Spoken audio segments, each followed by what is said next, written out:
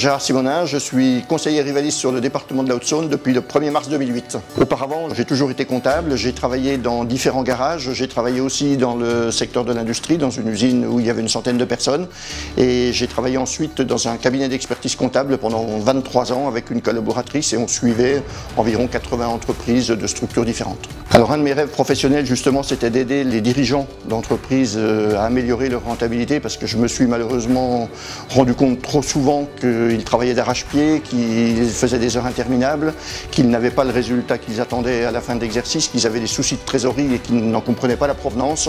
Et je savais qu'il y avait des choses à faire mais qu'il fallait être à leur côté. Et le jour où j'ai rencontré le concept Rivalis, le réseau et les outils, bien entendu, je me suis rendu compte encore bien plus que la problématique, ça venait souvent d'un problème d'organisation du chef d'entreprise, un problème de méconnaissance du fonctionnement de son entreprise, mais en définitive, on avait énormément d'informations à lui apporter pour améliorer les résultats.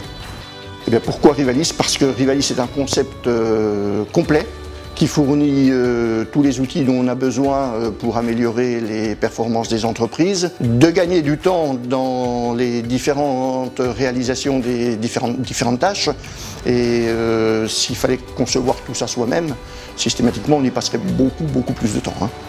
Le réseau est un réseau humain extraordinaire, on arrive à s'appuyer, à trouver des compétences différentes, diverses chez tous nos collègues et c'est beaucoup mieux d'être dans un réseau, d'être impliqué plutôt que de travailler seul dans son coin. Alors la prospection pour moi, la partie qui était peut-être la plus compliquée, c'était de leur faire comprendre l'intérêt d'un accompagnement parce que quand j'ai commencé il y a bientôt 11 ans maintenant, l'accompagnement sous ses différentes formes n'était pas quelque chose qui était encore réellement intégré dans l'esprit des chefs d'entreprise, ce qui n'est plus le cas aujourd'hui.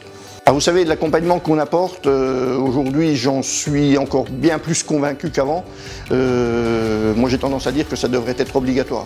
Un chef d'entreprise, même s'il a des résultats qui sont très bons, souvent peut encore améliorer beaucoup de choses. Les chefs d'entreprise qui eux ont moins de résultats, systématiquement ont besoin aussi de cet accompagnement dès l'instant où ils ont une volonté de grandir. Les relations avec les clients, je dirais, ce sont des relations très fortes puisque pour une partie, on est devenus quasiment amis. Franchement, ils sont eux aussi vraiment heureux de travailler avec nous et heureux de s'appuyer sur un conseil supplémentaire. Ce statut de conseiller m'apporte, je dirais, deux choses.